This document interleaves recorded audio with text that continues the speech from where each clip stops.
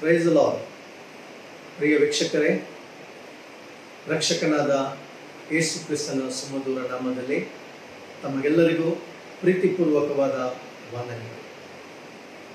ಈ ಸಮಯ ದೇವರ ವಾಕ್ಯದ ಸಂದೇಶವನ್ನು ಕೇಳುವಂಥ ಸಮಯ, ಶ್ರೇಷ್ಠವಾದಂಥ ಸಮಯ. ದೇವರ ವಾಕ್ಯದಲ್ಲಿ ಆಶೀರ್ವಾದವಿದೆ, ದೇವರ ವಾಕ್ಯದಲ್ಲಿ ಶಕ್ತಿ ಇದೆ, ದೇವರ ವಾಕ್ಯದಲ್ಲಿ ಬಿಡುಗಡೆ ಇದೆ, ದೇವರ ವಾಕ್ಯದಲ್ಲಿ ಬಲವಿದೆ, ದೇವರ ವಾಕ್ಯದಲ್ಲಿ ಸಮಾಧಾನವಿದೆ. ಆದುದರಿಂದ ಈ ಸಮಯವು ಬಹಳ ಶ್ರೇಷ್ಠವಾದಂಥ ಸಮಯ.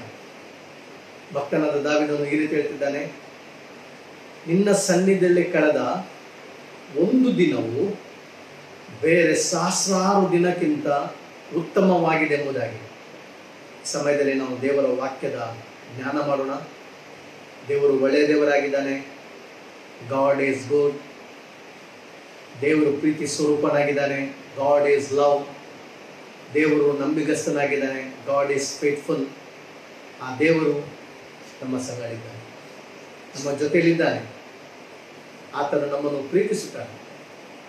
ಆತನ ಪ್ರೀತಿ ಶ್ರೇಷ್ಠವಾದದ್ದು. ಶಾಶ್ವತವಾದ ಪ್ರೀತಿಯಿಂದ ನಮ್ಮನ್ನು ಆತನು ಪ್ರೀತಿಸ್ತಾನೆ. ಶಾಶ್ವತವಾದ ಕೃಪೆಯಿಂದ ನಮ್ಮನ್ನು ಆತನು ಕರುಣಿಸುತ್ತಾನೆ. ಈ ಸಮಯದಲ್ಲಿ ಒಂದು ಕುಟುಂಬದ ಬಗ್ಗೆ ನಾನು ವಾಕ್ಯ ಸಂದೇಶ ನೀಡಲು ಬಯಸುತ್ತೇನೆ. ಒಂದು ಕುಟುಂಬವನ್ನು ನಿಮ್ಮ ಮುಂದೆ ತರುತ್ತೇನೆ. ಉತ್ತಮವಾದ ಕುಟುಂಬ, ಕರ್ತನನ್ನು ಬಹಳವಾಗಿ ಪ್ರೀತಿಸಿದಂಥ ಕುಟುಂಬ, ಕರ್ತನ ಮನಪೂರ್ವಕವಾಗಿ ಸೇವೆ ಮಾಡಿದಂಥ ಕುಟುಂಬ. ಈ ಕುಟುಂಬದಿಂದ ನಾವು ಇವತ್ತು ಕಲಿಯುವಂಥ 3 ಮುಖ್ಯ ಸಂಗತಿಗಳು. ಈ ಕುಟುಂಬ ಯಾವುದಂತ ಹೇಳಿದ್ರೆ, ಬೆಥಾನ್ಯದಲ್ಲಿರುವಂಥ ಮಾರ್ತಾ, ಮೇರಿ ಮತ್ತು ಲಾಜರನ ಕುಟುಂಬ. ಆದರೆ ಈ ಸಂದೇಶಕ್ಕೆ ನನ್ನ ಟೈಟಲ್ ಏನಂತ ಹೇಳಿದ್ರೆ, learning from the family of Martha, Mary and Lazarus. Learning from the family of Martha, Mary and Lazarus. ಮಾರ್ತಾ, ಮರಿಯಳು ಮತ್ತು ಲಾಜರನ ಈ ಕುಟುಂಬದಿಂದ ನಾವು ಕಲಿಯುವಂಥ ಮುಖ್ಯವಾದ ಸಂಗತಿಗಳು. ನಮ್ಮ ಸತ್ಯವೇದವನ್ನು ಲೂಕನು ಬರೆದ ಸುವಾರ್ತೆ,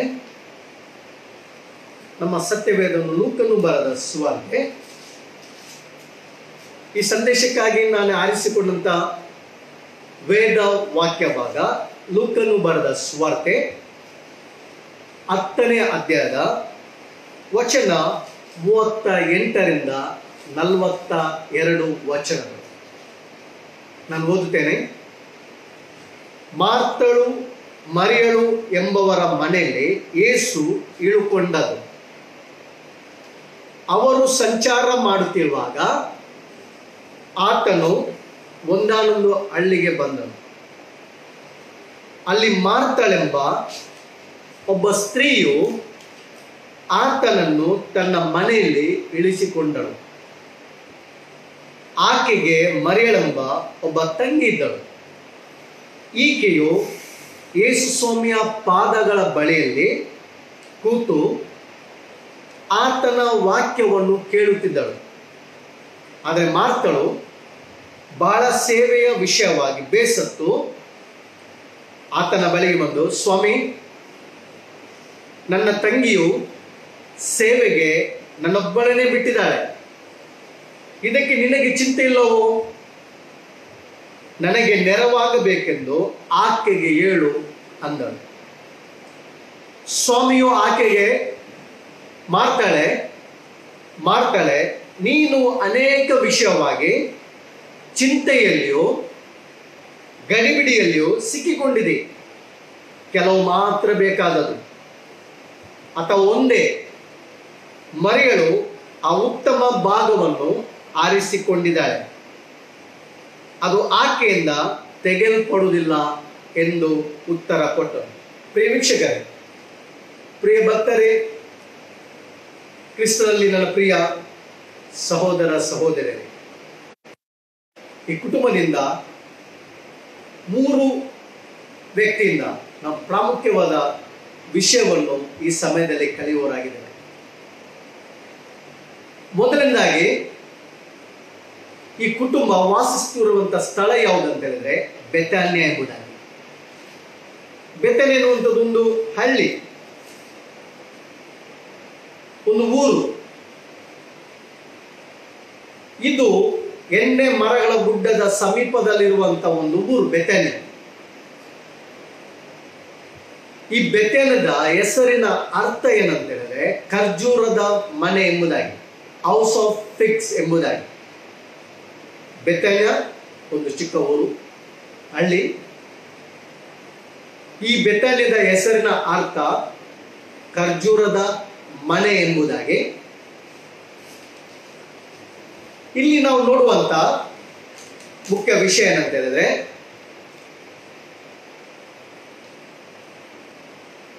ಈ ಒಂದು ಬೆಥಾನ್ಯ ಊರು ಬಹಳ ಪ್ರಾಮುಖ್ಯವಾದಂತ ಸ್ಥಳ. ಯಾಕೆ ಈ ಬೆಥಾನ್ಯ ಊರಿಗೆ, ಹಳ್ಳಿಗೆ ಪ್ರಾಮುಖ್ಯತೆ ಯಾಕೆ, ಪ್ರಸಿದ್ಧಿ ಯಾಕೆ? ವೇದದಲ್ಲಿ ನೋಡುವುದಾದ್ರೆ ಯಾಕೆ ಹೇಳಿದ್ರೆ, ಲೂಕನು ಬರೆದ ಸುವಾರ್ತೆ 24ನೇ ಅಧ್ಯಾಯದಲ್ಲಿ 50ನೇ ವಚನದಲ್ಲಿ ಹೇಳ್ತದೆ, ಯೇಸು ಸ್ವಾಮಿ ಶಿಷ್ಯರನ್ನು ಬೆಥಾನ್ಯ ತನಕ ಕರ್ಕೊಂಡು ಹೋದ. ಯೇಸು ಸ್ವಾಮಿ ತನ್ನ ಶಿಷ್ಯರನ್ನು ಬೆಥಾನ್ಯಕ್ಕೆ ಕರ್ಕೊಂಡು ಹೋಗಿ ಅವನಲ್ಲಿಂದ ಪರಲೋಕಕ್ಕೆ ಏರಿ ಹೋದನು.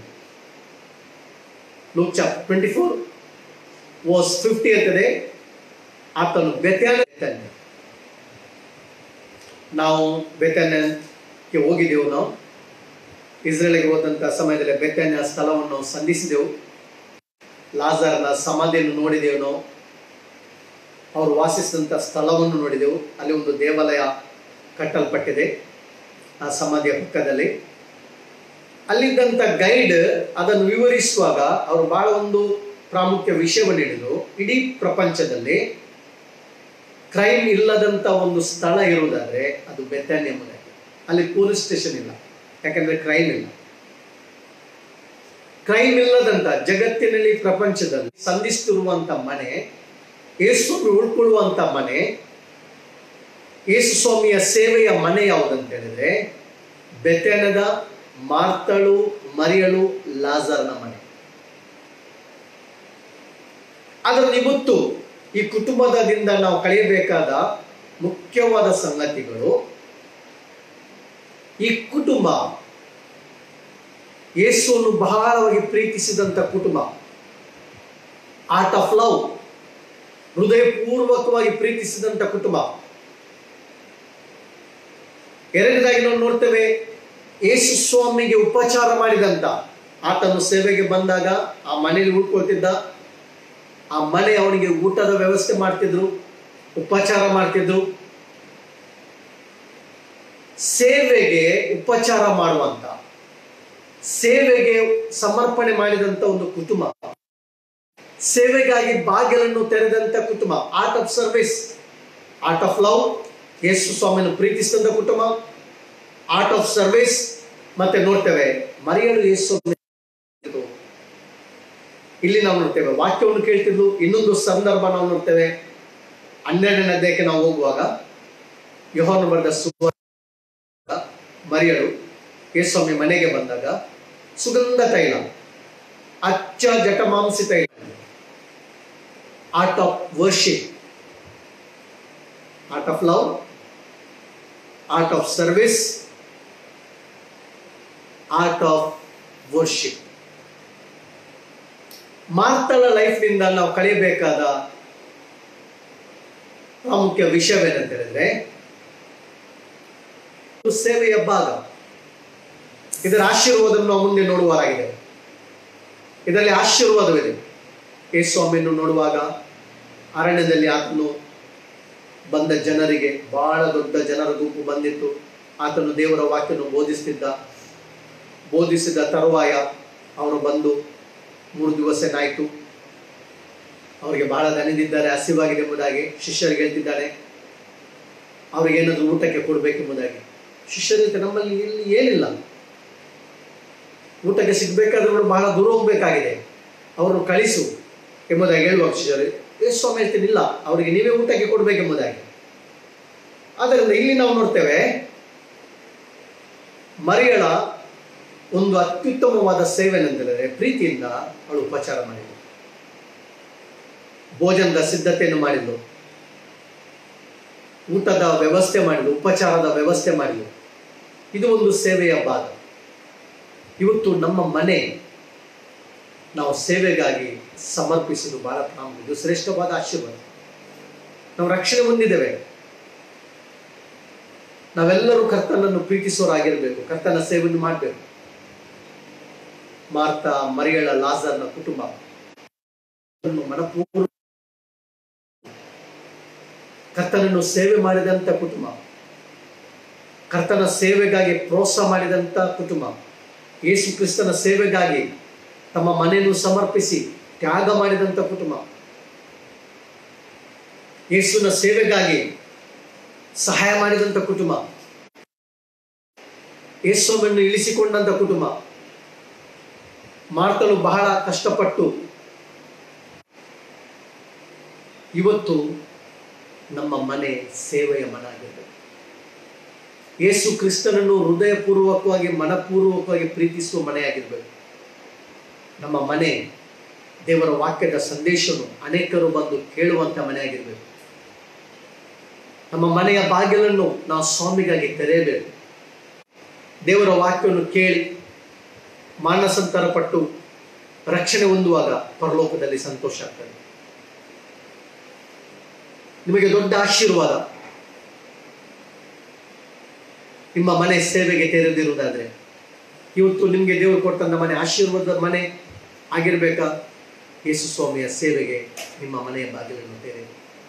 ಪ್ರಾರ್ಥನೆಗಾಗಿ ನಿಮ್ಮ ಮನೆಯ ಬಾಗಿಲನ್ನು ತೆರೆಯಿರಿ. ಉಪವಾಸಕ್ಕಾಗಿ ನಿಮ್ಮ ಮನೆಯ ಬಾಗಿಲನ್ನು ತೆರೆಯಿರಿ. ಬೈಬಲ್ ಸ್ಟಡಿಗಾಗಿ ನಿಮ್ಮ ಮನೆಯ ಬಾಗಿಲನ್ನು ತೆರೆಯಿರಿ. ಕಾಟೇಜ್ ಪ್ರೇಯರ್ಗಾಗಿ ನಿಮ್ಮ ಮನೆಯ ಬಾಗಿಲನ್ನು ತೆರೆಯಿರಿ. ನಾವೆಲ್ಲರೂ ಕರ್ತನ ಸೇವೆಯನ್ನು ಮಾಡಬೇಕು. ನಾವೆಲ್ಲರೂ ಕರ್ತನ ಸೇವೆಯಲ್ಲಿ ಭಾಗಿಗಳಾಗಬೇಕು. ಇದು ದೊಡ್ಡ ಆಶೀರ್ವಾದ, ಇದು ದೊಡ್ಡ ಸೌಭಾಗ್ಯ. ಇದರಲ್ಲಿ ಆಶೀರ್ವಾದವಿದೆ. ಎರಡನೇದಾಗಿ ನಾವು ಮರಿಯಳ ಬಗ್ಗೆ ನೋಡುವುದಾದ್ರೆ ಇಲ್ಲಿ ದೇವರ ವಾಕ್ಯ ಹೇಳ್ತದೆ, ಮರಿಯಳು ಯೇಸುವಿನ ಪಾದದ ಬಳಿಯಲ್ಲಿ ಕುಳಿತು ಆತನ ಬಾಯಿಂದ ಬರುವಂತ ವಾಕ್ಯವನ್ನು ಕೇಳುತ್ತಿಲ್ಲ. ಪ್ರಿಯರೇ, ನಮ್ಮ ಜೀವಿತದಲ್ಲಿ ಪ್ರಾಮುಖ್ಯವಾದ ಶ್ರೇಷ್ಠವಾದ ಒಂದು ಸಮಯ ದೇವರ ವಾಕ್ಯವನ್ನು ಕೇಳುವಂಥ ಸಮಯ, ಆರಾಧಿಸುವಂಥ ಸಮಯ, ದೇವರ ಸನ್ನಿಧಿಯಲ್ಲಿ ಆತನ ಪ್ರೆಸೆನ್ಸ್ ಅನ್ನು ಸೀಕ್ ಮಾಡುವಂಥ ಸಮಯ. ದೇವರ ವಾಕ್ಯ ಶ್ರೇಷ್ಠವಾದದ್ದು. ಬೈಬಲ್ ದೇವರ ವಾಕ್ಯ. ಇದಕ್ಕೆ ಬಿಬ್ಲೋಸ್ ಎಂಬುದಾಗಿ ನಾವು ಕರೆಯುತ್ತೇವೆ. ಬಿಬ್ಲೋಸ್ ಅಂದ್ರೆ ಪುಸ್ತಕ, ದೈವಿಕ ಪುಸ್ತಕ. ದೇವರ ಬಗ್ಗೆ, ಮನುಷ್ಯನ ಸ್ಥಿತಿಯ ಬಗ್ಗೆ, ಮನುಷ್ಯನ ಜೀವಿತದ ಬಗ್ಗೆ, ದೇವರ ಯೋಜನೆ ಬಗ್ಗೆ, ಪರಲೋಕದ ಬಗ್ಗೆ, ನರಕದ ಬಗ್ಗೆ, ಸೃಷ್ಟಿಯ ಬಗ್ಗೆ ನಮಗೆ ಆಳವಾಗಿ ಸತ್ಯವನ್ನು ತೋರಿಸುವಂತ ಏಕೈಕ ಪುಸ್ತಕ ಬೈಬಲ್, ಸತ್ಯವೇದ. ಇದು ದೇವರ ಪುಸ್ತಕ, ಇದು ದೇವರ ವಾಕ್ಯ.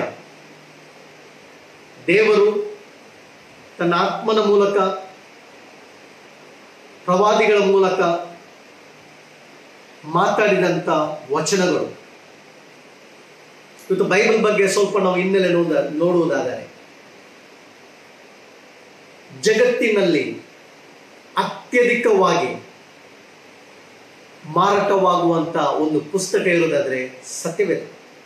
ಅನೇಕ ಪುಸ್ತಕಗಳು ಬರೆಯಲ್ಪಟ್ಟಿದೆ, ಅನೇಕ ಪುಸ್ತಕಗಳು ಇದೆ. ಪ್ರಪಂಚದಲ್ಲಿ, ಜಗತ್ತಿನಲ್ಲಿ ಹೆಚ್ಚಿನ ಸಂಖ್ಯೆಯಲ್ಲಿ ಮಾರಾಟವಾಗುವಂತ ಒಂದು ಪುಸ್ತಕ ಇರುವುದಾದ್ರೆ ಅದು ಬೈಬಲ್. 5 ಬಿಲಿಯನ್ಗಿಂತ ಮೇಲ್ಪಟ್ಟು ಹೆಚ್ಚಾಗಿ ಮಾರಾಟವಾದಂಥ ಪುಸ್ತಕ ಬೈಬಲ್. ಅತಿ ಹೆಚ್ಚು ಜನರು ಓದುವಂತ ಒಂದು ಪುಸ್ತಕ ಬೈಬಲ್. ಪ್ರಪಂಚದಲ್ಲೇ ಪ್ರಪ್ರಥಮವಾಗಿ ಮುದ್ರಣವಾದ ಒಂದು ಪುಸ್ತಕ ಇರುವುದಾದ್ರೆ ಬೈಬಲ್. ಲ್ಯಾಟಿನ್ ಭಾಷೆಯಲ್ಲಿ ಮುದ್ರಿತವಾದಂಥ ಪುಸ್ತಕ ಬೈಬಲ್. ಪ್ರಪಂಚದಲ್ಲೇ ಮೊದಲು ಭಾಷಾಂತರವಾದಂಥ ಟ್ರಾನ್ಸ್ಲೇಟ್ ಆದಂಥ ಒಂದು ಪುಸ್ತಕ ಬೈಬಲ್, ಇಬ್ರು ಭಾಷೆಯಲ್ಲಿ. ಬಾನಿನಲ್ಲಿ ಆಕಾಶದಲ್ಲಿ ರಾಕೆಟ್ನಲ್ಲಿ ಕೊಂಡೊಯ್ಯಲ್ಪಟ್ಟಂತ ಪ್ರಪ್ರಥಮ ಪುಸ್ತಕ ಬೈಬಲ್. ಓದಿದಂಥ ವಚನ ಆದಿಕಾಂಡ 1:1. ಈ ಬೈಬಲ್ ಶ್ರೇಷ್ಠವಾದ. ಈ ಬೈಬಲ್ ನಮ್ಮ ಸಂಪತ್ತು. ಅದಕ್ಕೆ ಯೋಬನು ಹೇಳ್ತಿದ್ದಾನೆ, ನನಗೆ ದೊರೆತ ನಿನ್ನ ಮಾತುಗಳನ್ನು ನನ್ನ ಹೃದಯದಲ್ಲಿ ನಿಧಿಯಂತೆ ಬಚ್ಚಿಟ್ಟುಕೊಂಡಿದೆ. ಮರೆಯಲು ಆರಿಸಿಕೊಂಡಂತ ಶ್ರೇಷ್ಠವಾದ ಭಾಗ, ಕರ್ತನ ಪಾದದಲ್ಲಿ ಕುಳಿತು ದೇವರ ವಾಕ್ಯವನ್ನು ಕೇಳುತ್ತಿದ್ದರು. ಆದ್ದರಿಂದ ನಮ್ಮ ಸಮಯ, ನಾವು ದೇವರಿಗೆ ಕೊಡುವಂತ ಸಮಯ ಬಹಳ ಪ್ರಾಮುಖ್ಯವಾದುದು. ಸತ್ಯವೇದಕ್ಕೆ ಕೊಡುವಂತ ಸಮಯ, ದೇವರ ವಾಕ್ಯದ ಸಂದೇಶವನ್ನು ಕೇಳುವಂತ ಸಮಯ, ದೇವರ ವಾಕ್ಯವನ್ನು ಜ್ಞಾನ ಮಾಡುವಂತ ಸಮಯ, ದೇವರ ವಾಕ್ಯವನ್ನು ಓದುವಂತ ಸಮಯ ಬಹಳ ಶ್ರೇಷ್ಠವಾದಂತ ಸಮಯ. ಇದು ಆಶೀರ್ವಾದ. ಅದಕ್ಕೆ ಪ್ರಕಟಣೆ ಪುಸ್ತಕದಲ್ಲಿ 1ನೇ ಅಧ್ಯಾಯದಲ್ಲಿ ನಾವು ನೋಡ್ತಿದ್ದೇವೆ, 1ನೇ ವಚನ ಹೇಳ್ತದೆ, ಈ ಪ್ರವಾದನ ವಾಕ್ಯವನ್ನು ಕೇಳುವವನು, ಓದುವವನು, ಅದರಂತೆ ನಡೆಯುವವನು ಎಷ್ಟೋ ಧನ್ಯನೆಂಬುದಾಗಿ. ಈ ಪ್ರವಾದನ ವಾಕ್ಯವನ್ನು ಕೇಳುವವನು, ಓದುವವನು ಮತ್ತು ಅದರಂತೆ ನಡೆಯುವವನು ಅವನೆಷ್ಟೋ ಧನ್ಯನೆಂಬುದಾಗಿ. ದೇವರ ವಾಕ್ಯ ಬಹಳ ಆಶೀರ್ವಾದ. ಅದಕ್ಕೆ ಯೇಸು ಹೇಳ್ತಿದ್ದಾನೆ, ಮರಿಯಳು ಉತ್ತಮವಾದ ಭಾಗವನ್ನು ಆರಿಸಿಕೊಂಡಿದ್ದಾಳೆ. ಬೆಸ್ಟ್ ಸಮಯ, ಬಹಳ ಉತ್ತಮವಾದ ಭಾಗವನ್ನು ಆರಿಸಿಕೊಂಡಿದ್ದಾಳೆ. ದೇವರ ವಾಕ್ಯವನ್ನು ಕೇಳುವಂತ ಅದು ಸಮಯ. ದಾವೀದನ ಅನುಭವ ಹೇಳ್ತಿದ್ದಾನೆ. ದಾವೀದನು, ನಿನ್ನ ಧರ್ಮಶಾಸ್ತ್ರವು ನನಗೆ ಆನಂದಕರವಾಗದಿದ್ದರೆ ನನಗೆ ಬಂದ ಆಪತ್ತಿನಲ್ಲಿ ಬಿದ್ದು ನಾನು ಹಾಳಾಗಿ ಹೋಗ್ತಿದ್ದೀನಿ. ಅದರ ಅರ್ಥ, ನಿನ್ನ ಧರ್ಮಶಾಸ್ತ್ರ ನನಗೆ ಆನಂದಕರವಾಗದಿದ್ದರೆ ನನಗೆ ಬಂದ ಆಪತ್ತಿನಲ್ಲಿ ಬಿದ್ದು ನಾನು ಹೋಗ್ತಿದ್ದೆ ಎಂಬುದಾಗಿ. ಈ ಧರ್ಮಶಾಸ್ತ್ರ, ವೇದ ವಾಕ್ಯ ಆಪತ್ತಿನಲ್ಲಿ ಕಾಯುವಂತ ವಾಕ್ಯ, ಕಾಪಾಡುವಂತ ವಾಕ್ಯ, ಸಂರಕ್ಷಿಸುವಂತ ವಾಕ್ಯ. ದಾವೀದನು ಬಹಳವಾಗಿ ಪ್ರೀತಿಸಿದ ಒಂದು ಪುಸ್ತಕ ಬೈಬಲ್. ಅವನ ಎಲ್ಲ ಸ್ಥಿತಿಗತಿಗಳಲ್ಲಿ, ಪರಿಸ್ಥಿತಿಗಳಲ್ಲಿ, ಕಷ್ಟದ ಸಮಯದಲ್ಲಿ, ಹೋರಾಟದ ಸಮಯದಲ್ಲಿ ಅವನು ದೇವರ ವಾಕ್ಯವನ್ನು ಪ್ರೀತಿಸಿದ. ಸತ್ಯವೇದವನ್ನು ಅತಿಯಾಗಿ ಪ್ರೀತಿಸಿದ. ವಾಕ್ಯವನ್ನು ಹೆಚ್ಚಾಗಿ ಆತನು ಗೌರವಿಸಿದ, ಸನ್ಮಾನಿಸಿದ. ಅದಕ್ಕೆ ಆತನ ಅನುಭವದಲ್ಲಿ ಅವನು ಹೇಳ್ತಿದ್ದಾನೆ, ನಿನ್ನ ವಾಕ್ಯ ನನ್ನ ಬಾಯಿಗೆ ಜೇನಿಗಿಂತ ಸಿಹಿಯಾಗಿದೆ ಎಂಬುದಾಗಿ, ಮಧುರವಾಗಿದೆ ಎಂಬುದಾಗಿ. ಸಾವಿರಾರು ಚಿನ್ನ ಬೆಳ್ಳಿ ರತ್ನಕ್ಕಿಂತಲೂ ನಿನ್ನ ವಾಕ್ಯ ಅಮೂಲ್ಯವಾದದು, ಶ್ರೇಷ್ಠವಾದುದು ಎಂಬುದಾಗಿ ದಾವೀದನು ಹೇಳ್ತಿದ್ದಾನೆ. ಕೀರ್ತನೆ 1ರಲ್ಲಿ ಕೂಡ ನಾವು ಶ್ರೇಷ್ಠ ಆಶೀರ್ವಾದ ನೋಡ್ತಿದ್ದೇವೆ. ಈ ಧರ್ಮಶಾಸ್ತ್ರವನ್ನು ಧ್ಯಾನಿಸು, ಹಗಲು ಇರುಳು ಅದರಲ್ಲಿ ಬರೆದನ್ನು ಕೈಕೊಂಡು ನಡೆ ಎಂಬುದಾಗಿ. ಈ ಧರ್ಮಶಾಸ್ತ್ರವನ್ನು ಜ್ಞಾನ ಮಾಡೋಣ, ಧರ್ಮಶಾಸ್ತ್ರದಲ್ಲಿ ಅತ್ಯಾನಂದ ಪಡೋಣ. ಕೀರ್ತನೆ 1ರಲ್ಲಿ ಶ್ರೇಷ್ಠವಾದ ದೇವರ ವಾಕ್ಯದ ಆಶೀರ್ವಾದವನ್ನು ನಾವು ಕಾಣುತ್ತೇವೆ. ಈ ಧರ್ಮಶಾಸ್ತ್ರದಲ್ಲಿ ಅತ್ಯಾನಂದ ಪಡುವವನು ಅವನೆಷ್ಟೋ ಧನ್ಯನು, ಎಷ್ಟೋ ಧನ್ಯನೆಂಬುದಾಗಿ. Blessed man, ಆಶೀರ್ವದಿಸಲ್ಪಟ್ಟಂತವನು. ಹೇಗೆ? ಅವನು ನೀರಿನ ಕಾಲುವೆಗಳ ಬಳಿಯಲ್ಲಿ ಬೆಳೆದ ಮರಕ್ಕೆ ಸಮಾನನು. ಆ ಮರವು ತಕ್ಕ ಸಮಯದಲ್ಲಿ ಫಲ ಕೊಡ್ತದೆ. ಅದರ ಎಲೆ ಬಾಡುವುದೇ ಇಲ್ಲ ಎಂಬುದಾಗಿ ದೇವರ ವಾಕ್ಯ ಹೇಳ್ತದೆ. ದೇವರ ವಾಕ್ಯದಲ್ಲಿ ಆನಂದ ಪಡುವವನು, ದೇವರ ವಾಕ್ಯವನ್ನು ಪ್ರೀತಿಸುವವನು, ದೇವರ ವಾಕ್ಯಕ್ಕೆ ಪ್ರಾಮುಖ್ಯತೆ ಕೊಡುವವನು, ದೇವರ ವಾಕ್ಯದಲ್ಲಿ ಸಮಯ ಕೊಡುವನು, ದೇವರ ವಾಕ್ಯಕ್ಕೆ ಹೃದಯಪೂರ್ವಕವಾಗಿ ದೇವರ ವಾಕ್ಯವನ್ನು ಪ್ರೀತಿಸುವವನು, ದೇವರ ವಾಕ್ಯ ಹೇಳ್ತದೆ ಅವನೆಷ್ಟೋ ಧನ್ಯನೆಂಬುದಾಗಿ. ನೀರಿನ ಕಾಲುವೆಗಳ ಬಳಿಯಲ್ಲಿ ಬೆಳೆದ ಮರಕ್ಕೆ ಅವನು ಸಮಾನನು.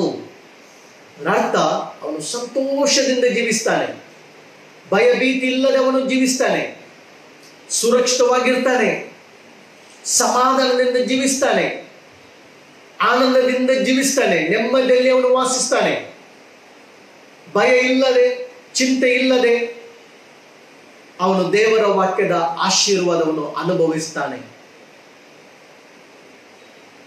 ದೇವರು ಯೆಹೋಶುವನಿಗೆ ಮೋಶೆಯ ನಂತರ ಕಾನಾನ್ ದೇಶಕ್ಕೆ ನಡೆಸುವಂತಹ ಜವಾಬ್ದಾರಿ ಯೌವನಸ್ಥನಾದ ಯೆಹೋಶುವನಿಗೆ ಬಂದಾಗ, ಅವನು ನಾಯಕತ್ವವನ್ನು ವಹಿಸಿಕೊಳ್ಳುವಾಗ ದೇವರು ಅವನಿಗೆ ಕೊಟ್ಟಂತ ಫಸ್ಟ್ ಆಲೋಚನೆ ಈ ಧರ್ಮಶಾಸ್ತ್ರ. ಬುಕ್ ಆಫ್ ಜೋಶುವ ಚಾಪ್ಟರ್ 1:6-8 ಅಲ್ಲಿ ನಾವು ನೋಡ್ತೇವೆ, ಈ ಧರ್ಮಶಾಸ್ತ್ರವು ನಿನ್ನ ಬಾಯಲ್ಲಿದೆ, ಹಗಲು ಇರುಳು ಅದನ್ನು ಜ್ಞಾನಿಸು, ಅದರಲ್ಲಿ ಬರೆದಿರುವುದೆಲ್ಲವನ್ನು ಕೈಕೊಂಡು ನೀನು ನಡೆ, ಆಗ ನೀನು ನಿನ್ನ ಎಲ್ಲ ಮಾರ್ಗದಲ್ಲಿ ನೀನೇನಾಗ್ತದೆ, ಯಶಸ್ವಿ ಆಗ್ತದೆ, ನಿನ್ನೆಲ್ಲ ಮಾರ್ಗದಲ್ಲಿ ನೀನು ಅಭಿವೃದ್ಧಿ ಆಗ್ತದೆ, ನಿನ್ನ ಎಲ್ಲ ಮಾರ್ಗದಲ್ಲಿ ನೀನು ಆಶೀರ್ವಾದವನ್ನು ಅನುಭವಿಸುತ್ತಿ. ಯೇಸು ಹೇಳಿದಂತ ಮಾತು, ಮನುಷ್ಯನು ರೊಟ್ಟಿ ತಿಂದ ಮಾತ್ರಕ್ಕೆ ಆತನು ಬದುಕುವುದಿಲ್ಲ, ದೇವರ ಬಾಯಿಂದ ಬರುವಂತ ಪ್ರತಿಯೊಂದು ಮಾತಿನಿಂದ ಆತನು ಬದುಕ್ತಾನೆ. ಹೌದು, ರೊಟ್ಟಿ ಶರೀರಕ್ಕೆ ಅವಶ್ಯ, ಶರೀರ ಪಾಲನೆಗೆ, ಶರೀರದ ಪೋಷಣೆಗೆ ರೊಟ್ಟಿ ಅವಶ್ಯ. ಇದು ನಮ್ಗೆ ಎನರ್ಜಿ ಕೊಡ್ತದೆ, ಆಹಾರ ಶರೀರಕ್ಕೆ ಬಲ ಕೊಡ್ತದೆ. ಆದ್ರೆ ಯೇಸುಸ್ವಾಮಿ ಪ್ರಾಮುಖ್ಯತೆ ಬಗ್ಗೆ ಮಾತಾಡ್ತಾನೆ. ಯಾಕೆಂದ್ರೆ ಯೇಸುಸ್ವಾಮಿ ಅಡವೆಯಲ್ಲಿ ಒಂದು ದಿವಸ ಯೇಸುಸ್ವಾಮಿನ ಬಹಳ ದೊಡ್ಡ ಗುಂಪು ಯೇಸುವನ್ನು ಫಾಲೋ ಮಾಡುವಾಗ ಯೇಸುಸ್ವಾಮಿ ಕೇಳಿದ, ನೀವು ಯಾಕೆ ನನ್ನ ಹಿಂಬಲಿಸ್ತೀರಿ? ನನ್ನ ಅದ್ಭುತ ಮಾಡಿದ ಸಲುವಾಗಿಯ 5,000 ಮಂದಿಗೆ ನಾನು ಊಟ ಕೊಟ್ಟದಕ್ಕಾಗಿ ನನ್ನನ್ನು ಫಾಲೋ ಮಾಡ್ತೀರಾ? ಯೇಸುಸ್ವಾಮಿ ಅವ್ರಿಗೆ ಹೇಳ್ತಿದ್ದಾನೆ, ಕೆಟ್ಟು ಹೋಗುವ ಆಹಾರಕ್ಕಾಗಿ ದುಡಿಯಬೇಡಿರಿ, ನಿತ್ಯ ಜೀವದ ಆಹಾರಕ್ಕಾಗಿ ದುಡಿಯಿರಿ, ಅದು ಮನುಷ್ಯ ಕುಮಾರ ನಿಮಗೆ ಕೊಡ್ತಾನೆ. ನಂತರ ಯೇಸು ಹೇಳ್ತಾನೆ, ನಾನೇ ಜೀವವುಳ್ಳ ರೊಟ್ಟಿ, ಪರಲೋಕದಿಂದ ಇಳಿದು ಬಂದ ಜೀವವುಳ್ಳ ರೊಟ್ಟಿ ನಾನೇ, ಈ ರೊಟ್ಟಿಯನ್ನು ತಿನ್ನುವನು ಸದಾಕಾಲ ಬದುಕುತ್ತಾನೆ, ಜೀವಿಸುತ್ತಾನೆ, ಮತ್ತೆ ಎಂದಿಗೂ ಸಾಯುವುದಿಲ್ಲ. ಯೇಸುಸ್ವಾಮಿ ಹೇಳಿದಂತ ನಮ್ಮ ಆತ್ಮದ ಬಗ್ಗೆ ಮಾತಾಡ್ತಾನೆ. ನಮ್ಮ ಆತ್ಮ ಬೆಳವಣಿಗೆ ಆಗ್ಲಿಕ್ಕೆ, ನಮ್ಮ ಆತ್ಮ ಬಲ ಹೊಂದಲಿಕ್ಕೆ, ನಾವು ಆತ್ಮಿಕವಾಗಿ ಬೆಳೆದಕ್ಕೆ ನಮ್ಗೆ ಆತ್ಮಿಕ ಆಹಾರ ಬೇಕು. ಅದು ಜೀವವುಳ್ಳ ರೊಟ್ಟಿ, ಅದು ದೇವರ ವಾಕ್ಯ, ವರ್ಡ್ ಆಫ್ ಗಾಡ್. ದೇವರ ವಾಕ್ಯದಲ್ಲಿ ನಾವು ಸಮಯ ಕಳೆಯುವಾಗ ನಾವು ಸ್ಪಿರಿಚುವಲಿ ನಾವೇನಾಗ್ತೇವೆ ಅಂತಂದ್ರೆ ಸ್ಟ್ರಾಂಗ್ ಆಗ್ತೇವೆ. ನಮ್ಮ ಒಳಗೆ ಆತ್ಮಿಕ ಬಲ ಇನ್ಕ್ರೀಸ್ ಆಗ್ತದೆ, ನಮ್ಮ ಸ್ಪಿರಿಚುವಲ್ ಸ್ಟ್ರೆಂತ್ ಇನ್ಕ್ರೀಸ್ ಆಗ್ತದೆ, ನಮ್ಮ ಆತ್ಮಿಕ ಬೆಳವಣಿಗೆ ಆಗ್ತದೆ, ಮೆಚುರಿಟಿ ಆಗ್ತದೆ. ದೇವರ ವಾಕ್ಯ ಬಹಳ ಪ್ರಾಮುಖ್ಯವಾದದ್ದು. ಅನೇಕ ಸಲ ನಾವು ಹೇಳ್ತೇವೆ ನಮಗೆ ಟೈಮ್ ಇಲ್ಲ ಎಂಬುದಾಗಿ. ಪ್ರಾರ್ಥನೆಗೆ ಟೈಮ್ ಇಲ್ಲ, ದೇವರಿಗೆ ಕೊಡ್ಲಿಕ್ಕೆ ಟೈಮ್ ಇಲ್ಲ, ವಾಕ್ಯ ಓದಲಿಕ್ಕೆ ಸಮಯ ಇಲ್ಲ. ಈಗ ಸಾಕಷ್ಟು ದೇವರು ಸಮಯ ಕೊಟ್ಟಿದ್ದಾರೆ. ಹತ್ತಿರ 1 ತಿಂಗಳಾಯಿತು. ಬಹಳಷ್ಟು ಸಮಯ ಇದೆ, ಸಾಕಷ್ಟು ಸಮಯ ಇದೆ. ಸಮಯವನ್ನು ಬಹಳ ಬೆಳೆ ಉಳ್ಳದೆಂಬುದಾಗಿ ಉಪಯೋಗಿಸಿಕೊಳ್ಳಿರೆಂಬುದಾಗಿ ದೇವರ ವಾಕ್ಯ ಹೇಳ್ತದೆ. ನಾನು ಹೇಳಿಕ್ಕೆ ಇಷ್ಟಪಡ್ತೇನೆ, ಈ ಸಮಯ ದೇವರ ಸನ್ನಿಧಿಯಲ್ಲಿ ಆತನ ವಾಕ್ಯವನ್ನು ಕೇಳುವಂತ, ಬೈಬಲನ್ನು ಓದುವಂತ ಸಮಯ ಬಹಳ ಶ್ರೇಷ್ಠವಾದ ಸಮಯ. ವೈಯಕ್ತಿಕವಾಗಿ ಅಭ್ಯಾಸ ಮಾಡಿ, ದೇವರ ವಾಕ್ಯಕ್ಕೆ ಪ್ರಾಮುಖ್ಯತೆ ಕೊಡಿ, ದೇವರ ವಾಕ್ಯವನ್ನು ಓದಿರಿ. ಸತ್ಯವೇದನು ನಿಮ್ಮ ಜೀವಮಾನದಲ್ಲಿ ಒಂದು ಸಲ ಆದರೂ ಪೂರ್ತಿ ಸತ್ಯವೇದನ್ನು ಓದಿರಿ. ಹೊಸ ಒಡಂಬಡಿಕೆಯನ್ನು ಓದಿರಿ. ಹಳೆ ಒಡಂಬಡಿಕೆ ಕೂಡ, ಹೊಸ ಒಡಂಬಡಿಕೆ ಹೆಚ್ಚಾಗಿ ಓದಿರಿ. ಫುಲ್ ಬೈಬಲ್ ಅನ್ನು ಹೊಸ ಒಡಂಬಡಿಕೆಯಲ್ಲಿ ಓದಿರಿ, ಸಮಯ ಕೊಡಿರಿ ಸತ್ಯವೇದಕ್ಕೆ, ಬೈಬಲ್ಗೆ. ಸತ್ಯವೇದ ನಿನ್ನನ್ನು ಬ್ಲೆಸ್ ಮಾಡ್ತದೆ. ಬೈಬಲ್ ಸತ್ಯವೇದ ಇದಕ್ಕೆ ನೀನು ಟೈಮ್ ಕೊಡುದಾದ್ರೆ, ದಾವೀದನು ಯಾವ ರೀತಿಯಲ್ಲಿ ಬೈಬಲ್ ಅನ್ನು ಗೌರವಿಸಿದ, ದೇವರ ವಾಕ್ಯವನ್ನು ಪ್ರೀತಿಸಿದ. ಹೇಗೆ ಪ್ರೀತಿಸಿದ? ಚಿನ್ನಕ್ಕಿಂತ ಬೆಳ್ಳಿಕ್ಕಿಂತ ದೇವರ ವಾಕ್ಯವನ್ನು ಪ್ರೀತಿಸಿದ. ಅವನಿಗೆ ಜೇನಿಕ್ಕಿಂತ ಒಳ್ಳೆ ಒಳ್ಳೆ ಅವನ ಅರಸನಾಗಿದ್ದಾನೆ, ಒಳ್ಳೆ ಒಳ್ಳೆ ಅವನು ಊಟ ಪದಾರ್ಥಕ್ಕಿಂತ ಅವನಿಗೆ ಬಹಳ ಟೇಸ್ಟ್ ಆದದೇನಂತ ಹೇಳಿದ್ರೆ ದೇವರು. ಅದಕ್ಕೆ ಅವನು ಅನುಭವ ಹೇಳ್ತಾನೆ, taste and C the lord is good. ಯೆಹೋವನು ಸರ್ವೋತ್ತಮನೆಂದು ಅನುಭವದಿಂದ ಸವಿದು ನೋಡಿರಿ. ಟೈಮ್ ಇಲ್ಲ ಎಂಬುದಕ್ಕೆ ನಾನು ನಿಮಗೆ ಒಂದು ಚಿಕ್ಕ ಒಂದು ಎಕ್ಸಾಂಪಲ್ ಕೊಡ್ತೇನೆ. ಒಮ್ಮೆ ಅಧ್ಯಾಪಕರು ಮಕ್ಕಳಿಗೆ ನಾವೇ ಹೇಳ್ತಾರಲ್ಲ, ಮಕ್ಕಳು ಟೈಮ್ ಇಲ್ಲ, ಹೋಮ್ವರ್ಕ್ ಮಾಡಲಿಕ್ಕೆ ಟೈಮ್ ಇಲ್ಲ, ಎಕ್ಸಾಮ್ಗೆ ಪ್ರಿಪೇರ್ ಮಾಡಲಿಕ್ಕೆ ಟೈಮ್ ಇಲ್ಲ ಎಂಬುದಕ್ಕೆ ನಾವು ಹೇಳುವಂಥ ವಿದ್ಯಾರ್ಥಿಗಳಿಗೆ ಅಧ್ಯಾಪಕರು ಒಂದು ಪ್ರಯೋಗ ಮಾಡಿ ವಿದ್ಯಾರ್ಥಿ ಹತ್ರ ಕೇಳ್ತಿದ್ದಾರೆ, ಯಾಕೆ ಹೋಮ್ವರ್ಕ್ ಮಾಡಲಿಲ್ಲ? ನನಗೆ ಕ್ರೀಡೆಯಲ್ಲಿ ಅಭ್ಯಾಸ ಮಾಡಲಿಕ್ಕಿತ್ತು,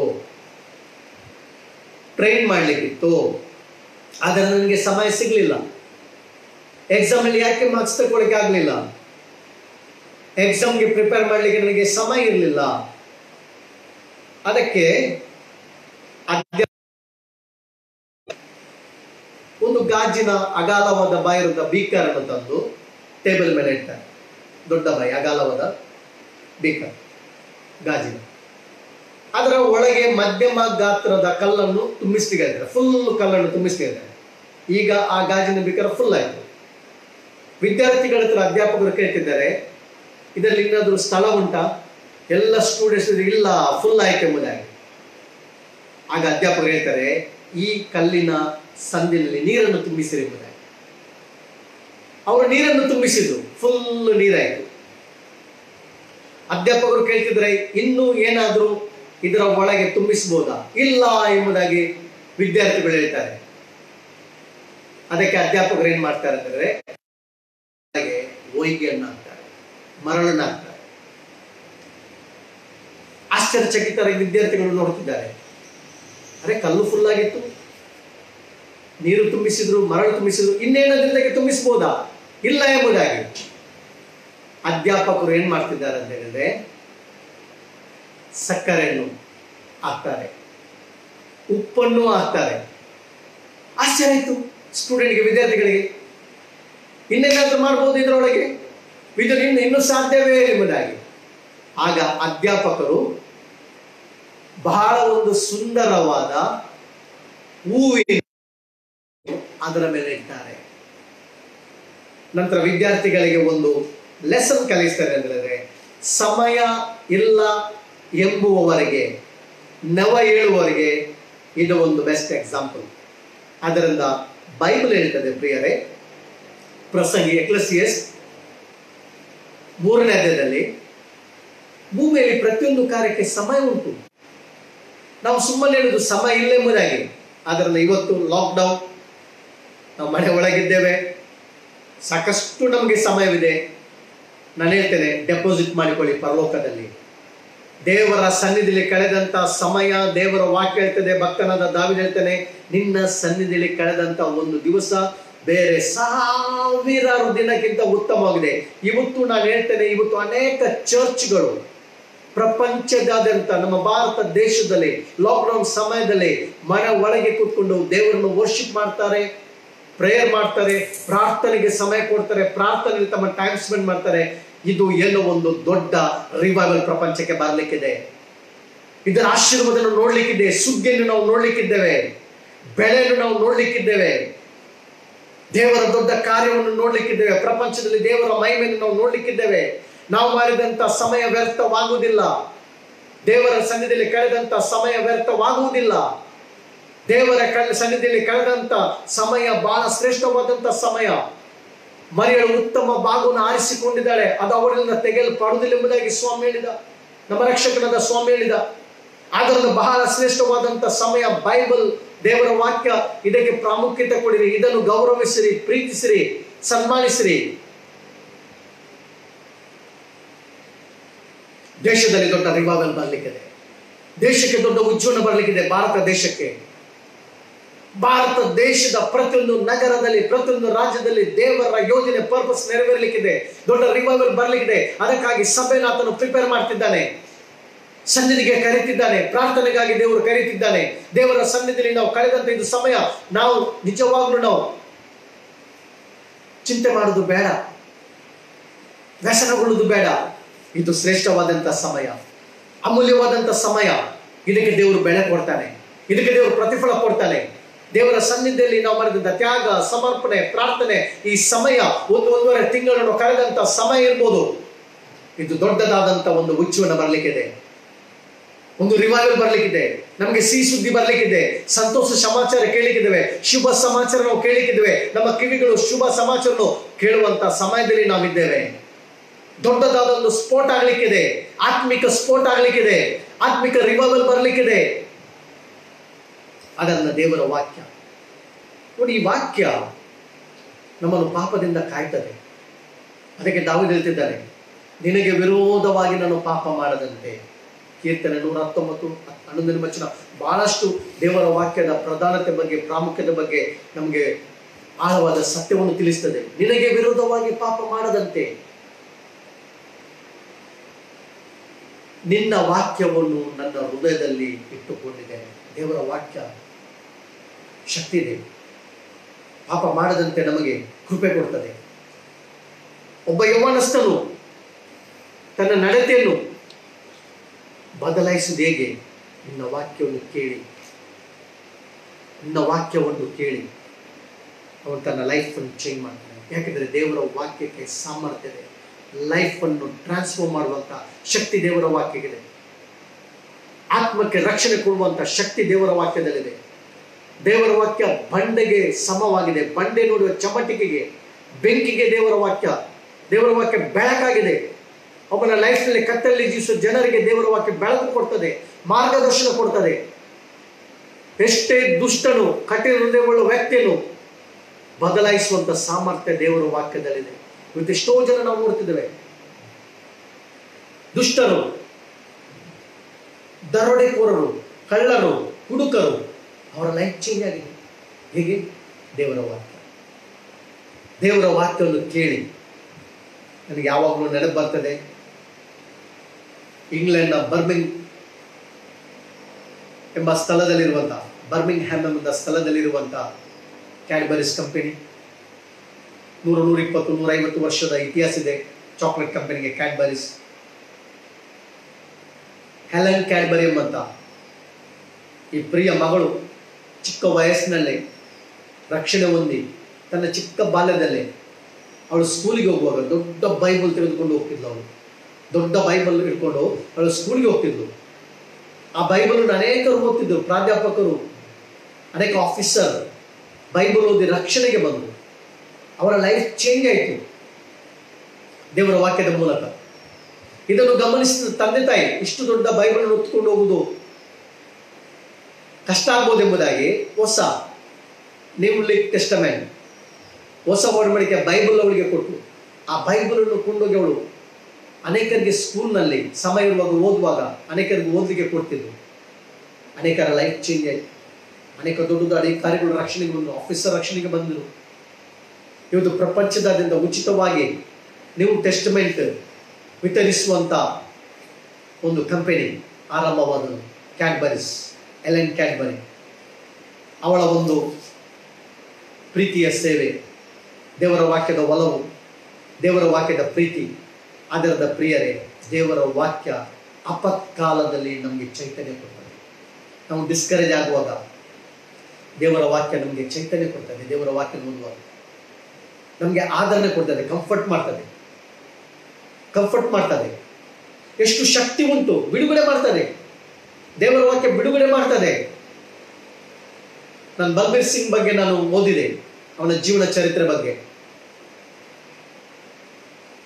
ಕೊಲೆಯ ಅಪರಾಧವನ್ನು ಎದುರಿಸ್ತಿದ್ದ, ಗಲ್ಲು ಶಿಕ್ಷೆಯನ್ನು ಎದುರಿಸ್ತಿದ್ದ. ಕೊನೆಯ ಆಶೆ ಏನೆಂಬುದಾಗಿ ಕೈದಿಗಳಿಗೆ ಕೇಳುವಾಗ, ಗಲ್ಲು ಶಿಕ್ಷೆ ಒಳಗಾದಂಥ ಕೈದಿಗಳಿಗೆ ಕೊನೆಯ ಆಶೆ ಎಂಬುದಾಗಿ ಕೇಳುವಂಥ ಒಂದು ಕ್ರಮ ಇದೆ. ಆದರೆ ಅವನು ಹೇಳಿದಂಥ ಕೊನೆ ಆಶೆ, ನನಗೆ ಸತ್ಯವೇದ ಬೇಕು, ನನಗೆ ಬೈಬಲ್ ಓದಬೇಕು. ಬೈಬಲನ್ನು ಓದಿದ, ಬೈಬಲನ್ನು ಪ್ರೀತಿಸಿದ. ಸ್ವಲ್ಪ ಸಮಯದ ನಂತರ ಗಲ್ಲು ಶಿಕ್ಷೆ ಎದುರಿಸ್ತಿರುವಂಥ ಬಲ್ಬೀರ್ ಸಿಂಗ್ಗೆ ರಾಷ್ಟ್ರಪತಿಯಿಂದ ಜೀವದಾನ ಲಭಿಸಿತು. ಸತ್ಯವೇದ ಅವನಿಗೆ ಬದುಕು ಕೊಟ್ಟಿತು. ಒಬ್ಬ ವ್ಯಕ್ತಿಯಾಗಿ ಜೀವಿಸಲು, ಪರಿವರ್ತನೆಯಾದ ಜೀವಿತವನ್ನು ಜೀವಿಸಲು, ಟ್ರಾನ್ಸ್ಫಾರ್ಮ್ ಲೈಫ್ ಜೀವಿಸಲು ಬೈಬಲ್ ಅವನಿಗೆ ಪ್ರೇರೇಪಣೆ ಕೊಟ್ಟಿತು, ಶಕ್ತಿ ಕೊಟ್ಟಿತು. ಅಪತ್ಕಾಲದಲ್ಲಿ ನಿನ್ನ ವಾಕ್ಯ ನನಗೆ ಆದರಣೆ ಕೊಡ್ತದೆ, ನನ್ನನ್ನು ಚೈತನ್ಯ ಪಡಿಸ್ತದೆ. ಒಬ್ಬ ಯೌವನಸ್ಥನ ಲೈಫನ್ನು ಚೇಂಜ್ ಮಾಡ್ತದೆ ಬೈಬಲ್. ಎಷ್ಟೋ ಜನರ ಲೈಫನ್ನು ನಾವು ಕೇಳುವಾಗ, ಟೆಸ್ಟ್ ಮನಿ ಕೇಳುವಾಗ, ಹುಡುಕರು ಹೇಗೆ ಲೈಫ್ ಚೇಂಜ್ ಆಯಿತು? ಬೈಬಲ್, ಸತ್ಯವೇದನ್ನು ಓದಿದ್ರು, ಸತ್ಯವೇದನ್ನು ಪ್ರೀತಿಸಿದ್ರು, ಲೈಫ್ ಚೇಂಜ್ ಆಯಿತು. ದೇವರ ವಾಕ್ಯ ಹೇಳ್ತದೆ, ನಿನ್ನ ಧರ್ಮಶಾಸ್ತ್ರವನ್ನು ಪ್ರೀತಿಸುವವರಿಗೆ ಸಂಪೂರ್ಣ ಸಮಾಧಾನವಿರುತ್ತದೆ. ಕೀರ್ತನೆ 119, 165ನೇ ವಚನ. ನಮಗೆ ಸಮಾಧಾನ ಬೇಕಾ? ಬೈಬಲ್ ನಮಗೆ ಸಮಾಧಾನ ಕೊಡ್ತದೆ. ನೀನು ಗಲಿಬಿಲಿಯಲ್ಲಿ ಚಿಂತೆಯಲ್ಲಿ ಇರುವಾಗ ಸತ್ಯವೇದ ಪ್ರಿಯರೇ, ಬೈಬಲ್ ನಿನಗೆ ಸಮಾಧಾನ ಕೊಡ್ತದೆ. ಬೈಬಲ್ ನಿನ್ನನ್ನು ಕಂಫರ್ಟ್ ಮಾಡ್ತದೆ, ನಿನಗೆ ಧೈರ್ಯ ತುಂಬುತ್ತದೆ, ನಿನಗೆ ಬಲ ಕೊಡ್ತದೆ, ನಿನಗೆ ಶಕ್ತಿ ಕೊಡ್ತದೆ. ಬುದ್ಧಿಹೀನರಿಗೆ ವಿವೇಕ ಕೊಡ್ತದೆ. ಬೈಬಲ್ ನಿನಗೆ ವಿಸ್ಡಮ್ ಕೊಟ್ಟೆ, ಜ್ಞಾನೋದಯ ಕೊಡುತ್ತದೆ ಎಂಬುದಾಗಿ. ಅದಕ್ಕೆ ದಾವೀದನು ಹೇಳ್ತಿದ್ದಾನೆ, ನನ್ನ ಕಣ್ಣು ತೆರೆ, ಆಗ ನಿನ್ನ ಧರ್ಮಶಾಸ್ತ್ರದ ಅದ್ಭುತಗಳನ್ನು ನನ್ನ ಕಣ್ಣಾರೆ ಕಾಣುವೆನು ಎಂಬುದಾಗಿ. ನನ್ನ ಕಣ್ಣು ತೆರೆ. ಸತ್ಯವೇದ ಅದ್ಭುತದ ಪುಸ್ತಕ, ನಿತ್ಯ ಜೀವ ಕೊಡುವಂತ ಪುಸ್ತಕ, ರಕ್ಷಣೆ ನೀಡುವಂತ ಪುಸ್ತಕ, ಪಾಪದ ಕ್ಷಮಾಪಣೆ ಅರಿವನ್ನು ಕೊಡುವಂತ ಪುಸ್ತಕ, ಪಾಪದಿಂದ ವಿಮೋಚಿಸುವಂತ ಪುಸ್ತಕ ಬೈಬಲ್. ಮಾರ್ತಾಳ ಸೇವೆ, ಉಪಚಾರದ ಸೇವೆ. ಯೇಸುಸ್ವಾಮಿನು ತನ್ನ ಮನೆಗೆ ಬರಮಾಡಿಕೊಂಡು, ಮನೆಯಲ್ಲಿ ಇಳಿಸಿಕೊಂಡು, ನಂತರ ಯೇಸುಸ್ವಾಮಿಗೆ ಪ್ರೀತಿಯಿಂದ ಉಪಚಾರ ಮಾಡಿದರು. ಇಡೀ ಕುಟುಂಬ, ಲಾಜರನ ಕುಟುಂಬ, ಯೇಸುವನ್ನು ಪ್ರೀತಿಸಿದಂಥ ಕುಟುಂಬ. ಅದಕ್ಕೆ ಯೇಸುಸ್ವಾಮಿ ಯೋಹಾನನು ಬರೆದ ಸುವಾರ್ತೆ 11ನೇ 6ನೇ ವಚನದಲ್ಲಿ ನೋಡ್ತೇವೆ, ಯೇಸು ಸ್ವಾಮಿಗೆ ಲಾಜರನ ಮೇಲೆ ಪ್ರೀತಿ ಇತ್ತು. ಲಾಜರನ ಮಿತ್ರನೆಂಬುದಾಗಿ ಕರೆದ. ಮಾರ್ತಾಳ ಸೇವೆ, ಉಪಚಾರದ ಸೇವೆ, ಇದು ಸೇವೆಯ ಒಂದು ಭಾಗ. ನಮ್ಮ ಮನೆಯು ಸೇವೆಗಾಗಿ ತೆರೆಯುವಂಥದ್ದು, ಬೈಬಲ್ ಸ್ಟಡಿಗಾಗಿ ನಮ್ಮ ಮನೆಯನ್ನು ತೆರೆಯುವಂಥದ್ದು ದೊಡ್ಡ ಆಶೀರ್ವಾದ. ಎರಡನೇದು ನೋಡ್ತೇವೆ, ದೇವರ ವಾಕ್ಯವನ್ನು ಮರೆಯಲು ಕೇಳಿದರು, ಆತ್ಮಿಕವಾಗಿ ಅವಳು ಬೆಳೆದು. ದೇವರ ವಾಕ್ಯ ಅನೇಕರು ಕೇಳುವುದಕ್ಕಾಗಿ ತಮ್ಮ ಮನೆಯನ್ನು ಸಮರ್ಪಿಸಿಕೊಂಡು ಯೇಸುವನ್ನು ಪ್ರೀತಿಸಿದಂಥ ಕುಟುಂಬ. ಯಾಕೆ ಈ ಕುಟುಂಬ ಯೇಸುವನ್ನು ಅವರು ಪ್ರೀತಿಸಿದ್ರು ಅಂತ ಹೇಳಿದ್ರೆ, ಈ ಕುಟುಂಬ ಒಂದು ಭಕ್ತಿಯ ಕುಟುಂಬ, ಆತ್ಮಿಕ ಅನ್ಯೋನ್ಯತೆ ಕುಟುಂಬ. ಮಾರ್ತಾ, ಮರಿ, ಲಾಜರನಲ್ಲಿ ಆತ್ಮಿಕ ಅನ್ಯೋನ್ಯತೆ ಇತ್ತು, ದೇವರ ಭಯ ಇತ್ತು, ದೇವರ ಭಕ್ತಿ ಇತ್ತು. ಹೌದು, ನಾವು ರಕ್ಷಣೆ ಹೊಂದಿದ್ದೇವೆ. ನಮ್ಮ ಬೆತ್ತನೆ ಊರು ಕೂಡ ರಕ್ಷಣೆ ಹೊಂದಬೇಕು. ನಮ್ಮ ಬೆತ್ತನದಲ್ಲಿ ಕೂಡ ಸುವಾರ್ತೆ ಸಾರಲ್ಪಡಬೇಕು. ಯೇಸುಸ್ವಾಮಿ ನಮ್ಮ ಮನೆಗೆ ಬರಬೇಕು. ನಮ್ಮ ಮನೆಗೆ ಅನೇಕರು, ನಮ್ಮ ನೆರೆಹೊರೆಯವರು ನಮ್ಮ ಮನೆಗೆ ಬರಬೇಕು. ದೇವರ ವಾಕ್ಯವನ್ನು ಕೇಳಬೇಕು, ಮಾನಸಾಂತರ ಪಡಬೇಕು, ಯೇಸುವನ್ನು ರಕ್ಷಕನಿಗೆ ಅಂಗೀಕಾರ ಮಾಡಬೇಕು, ರಕ್ಷಣೆ ಹೊಂದಬೇಕೆಂಬಂತ ಒಂದು ಪ್ರೀತಿ ಈ ಕುಟುಂಬದಲ್ಲಿತ್ತು. ಮೂರನೇದಾಗಿ ಲಾಜರನ ಬಗ್ಗೆ ನೋಡುವಾಗ ದೇವರ ವಾಕ್ಯದಲ್ಲಿ ನೋಡ್ತೇವೆ, ಲಾಜರನು ಯೇಸು ಕ್ರಿಸ್ತನ ಮಿತ್ರನಾಗಿದ್ದನು, ಯೇಸುವನ್ನು ಪ್ರೀತಿಸುತ್ತಿದ್ದನು, ಯೇಸುವಿನ ಸೇವೆಯಲ್ಲಿ ಪಾಲುಗಾರನಾಗಿದ್ದನು, ಯೇಸು ಕ್ರಿಸ್ತನೊಟ್ಟಿಗೆ ಸೇವೆ ಮಾಡಲಿಕ್ಕೆ ಆತನ ಜೊತೆಗಾರನಾಗಿದ್ದನು. ಯವನಸ್ಥ. ಲಾಜರನಿಗೆ 2 ಸಮಾಧಿ ಇದೆ. ಬೆಥೆನದಲ್ಲಿ ಒಂದು ಸಮಾಧಿ ಇದೆ. ಹಿಸ್ಟ್ರಿಯಲ್ಲಿ ನಾವು ನೋಡುವಾಗ ಲಾಜರನು ಸತ್ತ, ಯೇಸುಸ್ವಾಮಿ ಬೆಥೆನಕ್ಕೆ ಹೋದ. ಲಾಜರನು ಸತ್ತು 4 ದಿವಸವಾಗಿತ್ತು, ನಾತ ಬರ್ತಿತ್ತು. ಯೇಸುಸ್ವಾಮಿ ಲಾಜರನೇ ಹೊರಗೆ ಬಾ ಎಂಬುದಾಗಿ ಹೇಳಿದಾಗ ಲಾಜರನ ಆತ್ಮ ರಕ್ಷಕನಾದ ಯೇಸು ಕ್ರಿಸ್ತನ ಸ್ವರಕ್ಕೆ ಸ್ಪಂದಿಸಿತು, ಎದ್ದು ಬಂತು ಜೀವದಿಂದ. ಅದಕ್ಕೆ ಯೇಸು ಹೇಳಿದ, ನನ್ನ ಕುರಿಗಳು ನನ್ನ ಸ್ವರಕ್ಕೆ ಕಿವಿಗೂಡುತ್ತವೆ, ನಾನು ಅವುಗಳನ್ನು ಬಲ್ಲೆನು, ಅವೆಂದಿಗೂ ನಾಶವಾಗುವುದಿಲ್ಲ, ನನ್ನ ಕೈಯಲ್ಲಿ ಯಾರು ಅವರನ್ನು ಕಸಿದುಕೊಳ್ಳಲಾಗುವುದಿಲ್ಲ ಎಂಬುದಾಗಿ. ನನ್ನ ಕುರಿಗಳು ನನ್ನ ಸ್ವರಕ್ಕೆ ಕಿವಿಗೂಡುತ್ತವೆ. ಒಂದು ದಿವಸ ಯೇಸುವಿನ ಸ್ವರ ಕೇಳಿ ಸತ್ತವರು ಎದ್ದು ಬರ್ತಾರೆ. ಅನೇಕ ಭಕ್ತರು, ಸಮಾಧಿಯಲ್ಲಿದ್ದ ಭಕ್ತರು ಯೇಸುಸ್ವಾಮಿ ಬರುವಾಗ, ಮಧ್ಯಾಕಾಶ ಇಳಿದು ಬರುವಾಗ ದೇವದೂತರೊಂದಿಗೆ, ಕೋಟ್ಯಾನುಕೋಟಿ ದೇವದೂತರೊಂದಿಗೆ, ತಂದೆಯ ಪ್ರಭಾವದೊಡನೆ, ತುತ್ತೂರೊಡನೆ ಆತನು ಬರುವಾಗ ಆತನ ಸ್ವರ ಕೇಳಿ ಅನೇಕ ಭಕ್ತರು ಎದ್ದು ಬರ್ತಾರೆ. ಯೇಸು ಸ್ವಾಮಿಯ ಜೊತೆಗೆ ಸೇವೆ ಮಾಡಿದಂತ ಲಾಜರ್, ಸೇವೆ ಮಾಡಿದಂತ ಲಾಜರ್, ಯೇಸುವನ್ನು ಪ್ರೀತಿಸಿದಂತ ಲಾಜರ್, ಯೇಸುವಿನ ಜೊತೆಗೆ ಲಾಜರ್ ಯಾವಾಗಲೂ ಬೆಥಾನ್ಯಕ್ಕೆ 8 ಸಲ ಯೇಸು ಸ್ವಾಮಿ ರಕ್ಷಕನು ಬೆಥಾನ್ಯಕ್ಕೆ ಬಂದು ಈ ಮನೆಯನ್ನು ವಿಸಿಟ್ ಮಾಡಿದ, ಮನೆಯಲ್ಲಿ ಇಳಿದುಕೊಂಡ. ಲಾಜರ್ ತನ್ನ ಸಮಯವನ್ನು ಯೇಸುವಿಗೆ ಸ್ಪೆಂಡ್ ಮಾಡ್ತಿದ್ದ, ವಾಕ್ಯ ಕೇಳುವುದರಲ್ಲಿ ಆತನೊಟ್ಟಿಗೆ ಸಮಯವನ್ನು ಸ್ಪೆಂಡ್ ಮಾಡ್ತಿದ್ದ. ಇವತ್ತು ನಮ್ಮ ಯೇಸು ಸ್ವಾಮಿಯ ಜೊತೆಗೆ ಶ್ರೇಷ್ಠವಾದ ಸಮಯವನ್ನು ಕಳೆಯುವುದಾದ್ರೆ ಅದು ಆಶೀರ್ವಾದದ ಸಮಯ, ಅದು ತೆಗೆಯಲ್ಪಡುವುದಿಲ್ಲ. ಸ್ವಾಮಿ ಹೇಳಿದ್ದಾನೆ. ಈ ಒಂದು ಕುಟುಂಬದ ನಾವು ಆಶೀರ್ವಾದ ನೋಡುವುದಾದ್ರೆ,